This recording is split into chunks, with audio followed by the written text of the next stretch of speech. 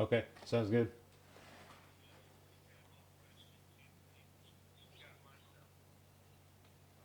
Okay, sounds good. I appreciate it, Mark.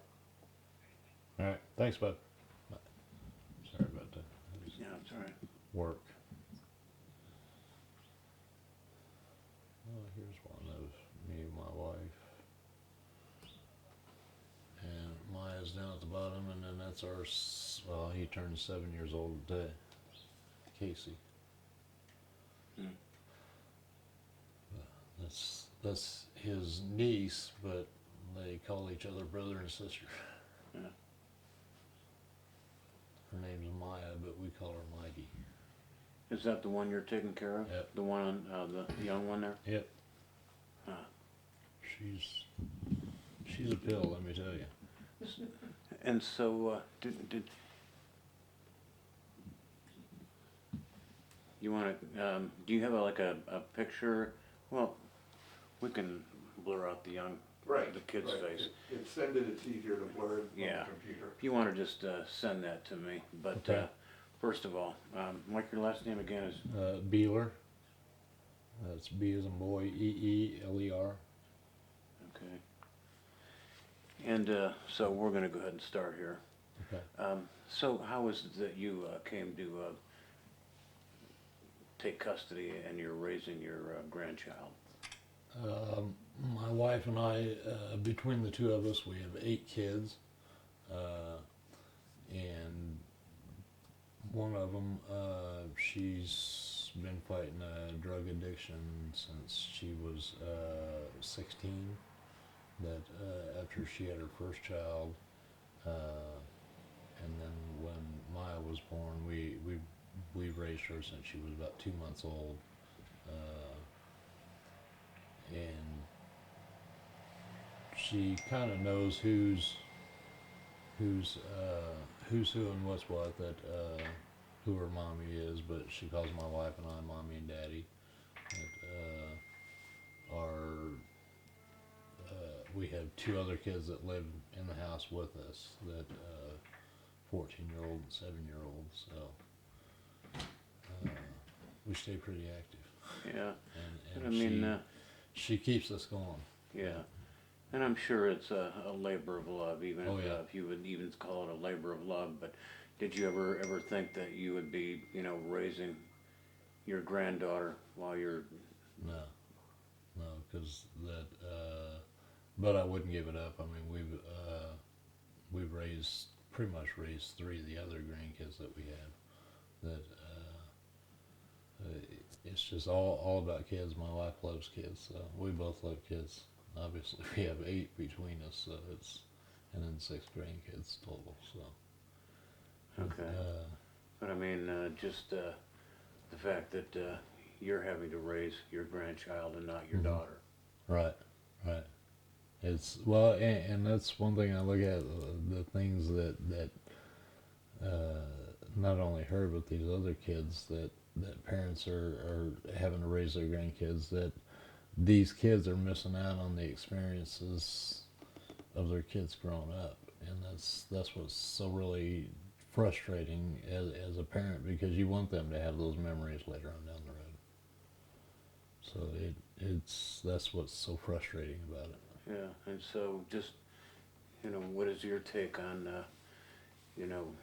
addiction and drugs and heroin and? Well, I just lost my 23-year-old son July 20th of this year, and I have 3 other kids that are addicted, and it's my wife and I have been dealing with this for 7 years roughly, and it's torn my marriage apart.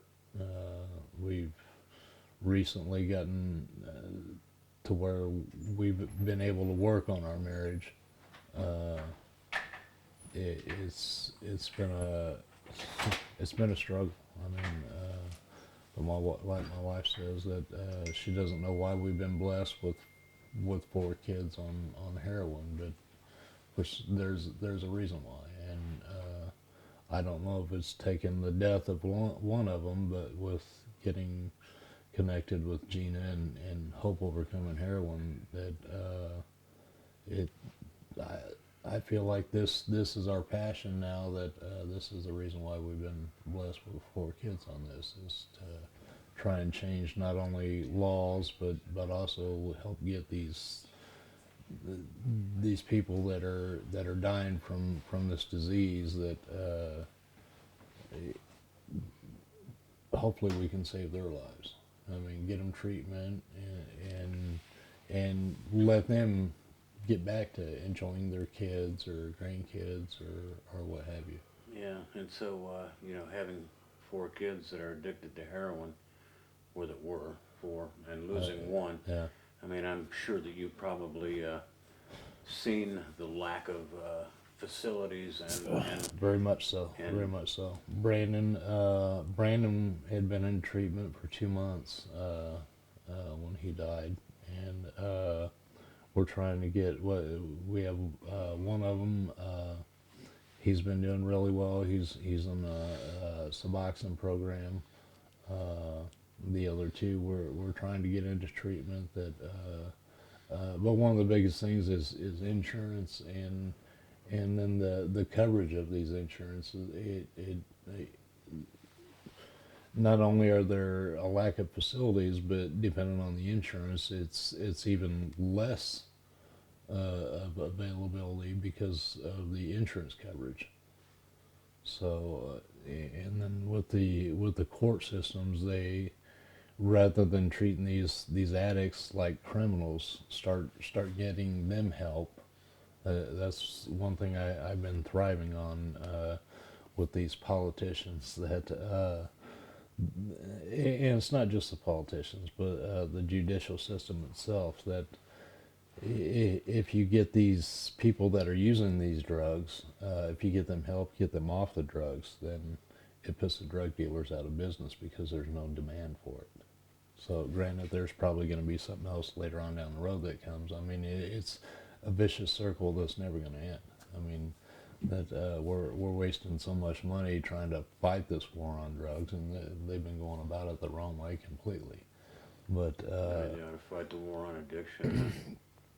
yeah, I mean, just like with everything going overseas, I mean, that we need to start taking care of our own before we're helping other countries. I mean, that I'm a veteran, that when you got people that are fighting for this country coming back home and they're not able to get the help that they need, but yet we're sending millions of dollars overseas to help refugees from other countries. I mean, that just, and then you have a lot of these soldiers and service people coming home with these illnesses or needing rehabilitation, or even the ones that are losing their lives. I mean, they go into depression, or even the ones that do get maimed, they get on medication, so then they end up getting addicted.